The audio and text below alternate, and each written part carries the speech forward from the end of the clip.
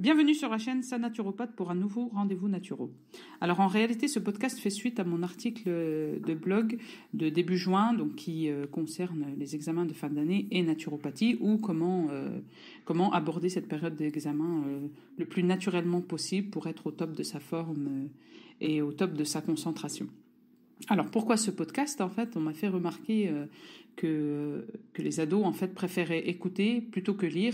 Donc j'ai pris l'initiative de prendre en compte cette recommandation et d'enregistrer ce podcast. Donc nous allons reprendre les grandes lignes de l'article. Donc le lien vers cet article se trouve en barre d'infos. Donc n'hésite pas à aller le lire ou le relire. Alors tout d'abord, à qui s'adresse ce podcast? Donc il s'adresse déjà à toi qui est en pleine période d'examen, donc que ce soit le brevet des collèges, le baccalauréat, BTS ou tout autre examen. Mais il s'adresse aussi à toi qui est responsable d'un adolescent qui a des examens en cette fin d'année, puisque tu es responsable en grande partie de son bien-être.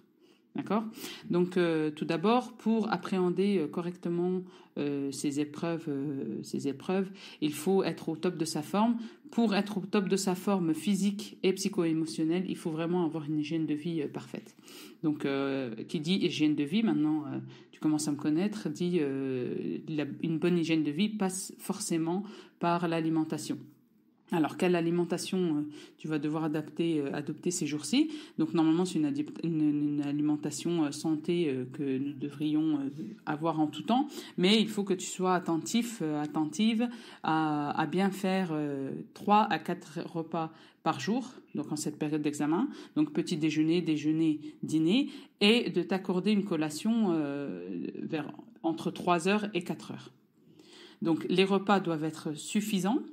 Ce n'est pas le moment d'entamer un régime ou de picorer, même si tu n'as pas faim, essaye de manger, de terminer ton assiette. C'est important pour pas être tenté de grignoter entre les repas. D'accord ? Pourquoi on évite le grignotage? Pour ne pas avoir de pic de glycémie, donc qui vont forcément te porter préjudice puisque tu seras fatigué, tu auras une digestion difficile, tu seras somnolente, tu seras énervé, donc pas de grignotage. On mange bien à chaque repas, on s'accorde une collation et tout devrait bien se passer. Alors, le petit déjeuner doit être complet, bien sûr.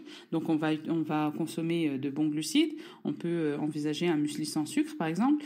Du pain complet aux céréales avec un beurre végétal, donc du beurre d'amande, par exemple. Un fruit pour l'apport de vitamine C.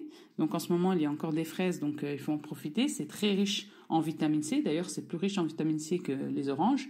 On aura aussi, par exemple, un œuf pour avoir un apport protéinique ou des oléagineux, donc des amandes, des noix, des noisettes. Et une boisson chaude sans sucre de préférence, bien évidemment. D'accord ? Donc ça, c'est pour le petit déjeuner. Il doit vraiment être complet et suffisant également. Ok ? Donc pour le déjeuner et le dîner, c'est toujours forcément des repas complets également. Et là, on verra avoir aussi un apport en glucides, donc des céréales complètes, donc par exemple des pâtes complètes cuites al dente, hein, bien sûr, pas surcuites, des légumes secs, du pain complet, du riz complet ou basmati également. Voilà, toujours veiller à avoir une cuisson douce et voilà, toujours penser al dente, pas faire cuire les aliments. Il ne faut pas que les aliments soient fondants.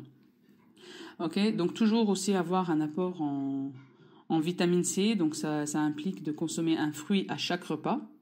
Ok, de la viande au moins 3 fois par semaine, dont de la viande rouge. Donc là, c'est pas du tout le moment de faire du chichi et de débattre sur la consommation. Sur l'utilité de la consommation de la viande rouge. Donc là, c'est important. Pourquoi ? Pour avoir un apport suffisant en fer. Le fer, il permet au cerveau d'avoir suffisamment d'oxygène. D'accord ? C'est ce qui va permettre la transformation du glucose en énergie. Donc n'oublie pas que tu es en pleine période d'examen et que tu as besoin d'énergie. Ok ? Donc on ne fait pas de chichi.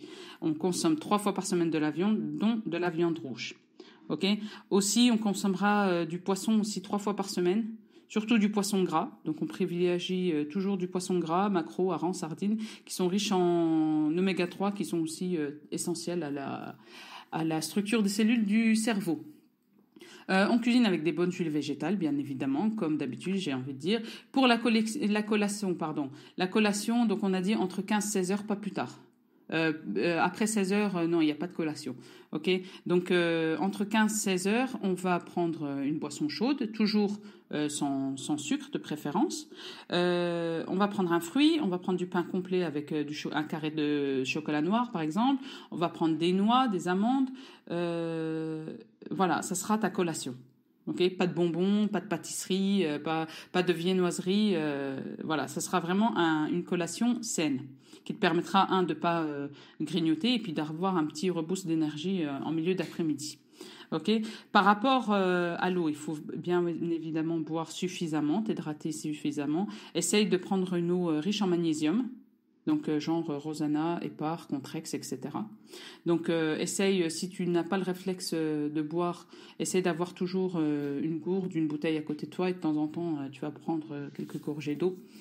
Le café, pas plus de 2 par jour. Sinon, ça va t'exciter, te surexciter, ça va t'énerver, ça va te fatiguer, ça va accroître l'anxiété. Donc, pas plus de 2 cafés par jour. D'accord ? Ensuite, donc ça c'était par rapport à l'hygiène alimentaire.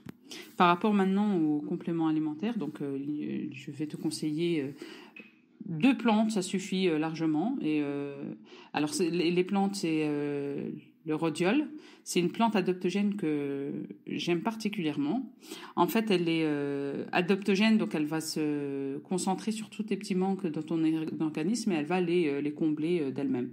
Donc c'est une plante qui est fortifiante, tonique, énergisante, elle est stimulante, elle permet de vraiment gérer ton stress, tes angoisses, elle permet de te calmer, elle permet de te recentrer sur toi-même pour canaliser tes idées. Donc c'est très important d'en faire ne serait-ce qu'une petite cure de 5 jours.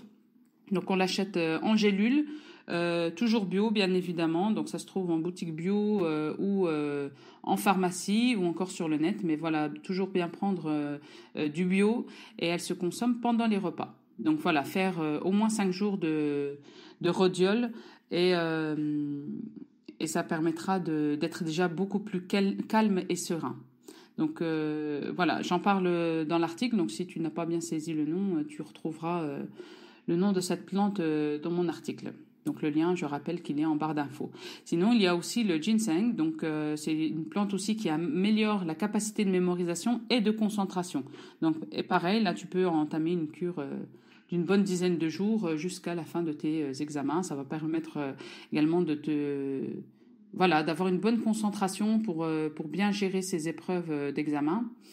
Et donc on les prend également en gélule, toujours bio, et on la prend le matin. Donc pour la posologie, que ce soit pour le rhodiol ou le ginseng, il faut vraiment se référer à la posologie du labo. Donc comme les labos dosent différemment leurs gélules, donc regardez sur votre boîte, sur la boîte que tu achètes la posologie. Voilà. Alors par rapport aux huiles essentielles, donc il y a les deux huiles essentielles stars en période d'examen, c'est l'huile essentielle de menthe poivrée et l'huile essentielle de laurier. Idem, on va les choisir toujours bio et schémotypés. D'accord ? Donc comment on les utilise ? En inhalation. Donc soit en diffusion, soit on va mettre quelques gouttes par exemple sur les poignets ou dans un mouchoir et on va les inhaler. Donc elles sont bien, pourquoi ? Parce que pareil que la rhodiole et le ginseng, en fait elles permettent de se recentrer, de dépasser les angoisses. Par exemple l'angoisse de la feuille blanche où on a un oral, on n'arrive pas à prendre la parole, il suffit d'inhaler ces huiles essentielles et en général on arrive à dépasser ce blocage. D'accord ? Donc, en cas de doute sur d'éventuelles allergies ou d'altération avec une prise de médicaments, et toujours demander un avis d'un professionnel, d'un pharmacien, avant l'emploi de ces huiles essentielles. Voilà, donc maintenant nous allons parler hygiène de vie en général pendant les révisions et pendant les examens. Donc même si l'alimentation c'est un pilier bien sûr de la stratégie de préparation des examens, il faut aussi penser au repos. Donc vraiment veiller à avoir un sommeil réparateur. Donc pour avoir un sommeil réparateur, bien sûr, il faut se mettre dans de bonnes conditions d'endormissement, c'est-à-dire il faut assez tôt en soirée couper télévision, ordinateur, tablettes, enfin tous les écrans qui peuvent surexciter l'activité du cerveau et se mettre, voilà, pourquoi pas adopter un rituel de coucher, même si on n'a pas l'habitude de faire, donc prendre une petite tisane détente et nuit douce, faire des exercices de respiration, donc consciente, c'est-à-dire bien respirer par le nez et puis s'écouter respirer pour s'apaiser et pour s'endormir. Voilà. Surtout pas d'automédication. Si on n'arrive pas à dormir et qu'on sent que ça va nous porter préjudice, on court voir son médecin qui est le seul qui pourra apporter une aide concrète en cette période. C'est pas le moment de faire des tests et d'essayer des produits à droite à gauche, d'accord ? Donc voilà. Déjà, les exercices de respiration au coucher, ça va bien te détendre. Quand tu es en pleine révision, il faut vraiment que tu t'accordes une vraie pause. C'est-à-dire que tu vas tout fermer, tu vas sortir de ta chambre ou de ta pièce où tu as l'habitude de travailler et tu vas aller faire un tour dehors, tu vas prendre l'air, tu vas marcher, tu vas faire du vélo, pourquoi pas tu vas aller visiter tes amis, ta famille. Voilà, il faut vraiment penser à t'aérer l'esprit. Les jours d'examen également, quand tu as fini de passer une épreuve, déjà à la sortie, essaye d'éviter au maximum de parler des solutions que tu as trouvées, de tes résultats, etc., pour pas t'angoisser. Et essaye de, pourquoi pas, rentrer à pied chez toi pour faire le vide de cette épreuve passée. Voilà. Donc c'est important de bien t'aérer l'esprit. Ensuite, maintenant, je vais m'adresser à toi qui est la maman ou le papa d'un ado qui passe des examens. Alors, pourquoi ton rôle est important ? Parce que de ton comportement à toi dépendra celui de ton enfant. Si toi tu es stressé et que tu as la pression et que tu lui mets la pression, ça va pas le faire. Lui, il va ressentir cet énervement et il sera lui-même énervé, stressé. En fait, tu vas faire que véhiculer ton stress à ton enfant. Donc, il faut que tu sois là pour l'aider, pour le soutenir, pour le montrer que tu as confiance en lui. Donc, tu vas être présente, mais en même temps un peu effacée. C'est-à-dire que tu vas pas être invasive dans sa vie d'étudiant qui passe un examen. Ça veut dire que tu ne seras pas toutes les 5 minutes à voir alors t'en es où, qu'est-ce que tu as révisé aujourd'hui, qu'est-ce que tu as fait, est-ce que tu t'en es bien sorti pendant l'épreuve. Oui, demander des nouvelles, c'est bien, c'est très bien, mais on le fait une fois et après on le laisse se poser, se recentrer sur lui-même car il a encore des jours, des épreuves à passer. D'accord ? Donc, on va l'inciter à faire des pauses en période de révision. On va l'inciter à continuer son sport. On va l'inciter à se détendre pour qu'il puisse appréhender correctement et tenir sur la durée pendant toute la période d'examen. D'accord ? Donc, ton rôle à toi, c'est de le rassurer. Donc, de lui dire que voilà, il a travaillé toute l'année, qu'il a bien révisé, que voilà, maintenant, il n'avait qu'à passer ses épreuves et travailler comme il a l'habitude de le faire et que tout se passera bien. Bien évidemment, on ne parle pas d'échec, c'est pas le moment de lui parler d'échec. Si tu échoues, tu pourras recommencer. Non, là, on reste sur une positive attitude. Donc, on le rassure, on est là pour répondre à ses besoins et on l'encourage à fond. D'accord ? Ce qui serait bien de faire aussi en tant que maman ou papa, c'est de lui faciliter son quotidien. Alors, par exemple, en le libérant des tâches quotidiennes qu'il a l'habitude de faire. Par exemple, s'il a l'habitude de mettre la table, ne l'interpelle pas pour qu'il vienne la mettre. S'il le fait de lui-même, d'accord, mais sinon, laisse-le tranquille. Ne lui demande pas de faire la vaisselle, ne lui demande pas de descendre la poubelle. Voilà, là, il faut vraiment qu'il soit concentré sur ses examens. D'accord ? Coucoune-le aussi, prépare-lui ses plats préférés, masse-le, chouchoute-le. Voilà, montre-lui que tu es présente sans trop en faire et sans être trop invasive. Donc voilà, il faut que tu lui montres que tu as confiance en lui. Et pour lui montrer que tu as confiance en lui, c'est savoir aussi prendre du recul, toi, et le laisser faire les choses à sa façon. D'accord ? Alors maintenant, je reviens à toi qui est en période d'examen. Le jour J, essaye de ne pas stresser. Je dis bien essaye. Si tu es trop stressé, n'hésite pas à faire des exercices de respiration abdominale. Donc, tu trouveras en lien en barre d'infos mes articles du blog en rapport avec la respiration abdominale. Donc, elle est très simple à faire. Donc, cette respiration, tu pourras la faire à la maison si tu sens que tu es angoissé, mais aussi quand tu arrives devant ta copie, tu t'assieds bien droite et tu respires par le nez. Donc, tu inspires en gonflant le ventre et tu expires en le rentrant, en essayant comme si tu allais le coller en fait à ton dos. Tu fais 3-4 fois tant que tu en as besoin et tu verras que ça va bien passer. Voilà. Donc, si malgré ça, tu sens que ça va pas, que tu perds confiance en toi, qu'une crise d'angoisse pointe le bout de son nez, tu peux toujours inhaler un peu d'huile essentielle de laurier que tu auras pris soin de mettre soit sur tes poignets, soit quelques gouttes sur un mouchoir et de temps en temps, tu mets devant ton nez et tu inhales. D'accord? Maintenant, j'ai envie de te dire, fais ton maximum, travaille comme tu as l'habitude de faire et ne regrette rien. Dans tous les cas, là, on est en fin d'année. Si tu as bien bossé tout le long de l'année, il n'y a pas de raison que tu t'en fasses pour ton examen. OK? Donc, et entre guillemets, si tu n'as pas bossé tout le long de l'année, il n'y a pas de mystère, fais ton maximum et voilà, ne regrette rien non plus. Voilà, le travail, c'est vrai que l'examen de fin d'année, c'est important parce que ça clôture justement tout un travail de tout un cycle. En fin de compte, c'est même pas d'une seule année. Donc voilà, on ne regrette rien, no stress, tout va bien se passer et sache que tu as tous les encouragements de ta famille, des gens qui t'entourent et les miens aussi. Je te souhaite la réussite.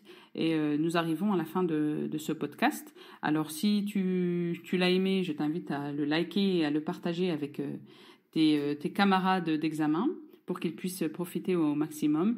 Si tu n'es pas abonné à la chaîne, idem, je t'invite à le faire et à activer les notifications pour être au courant de chaque nouveau podcast.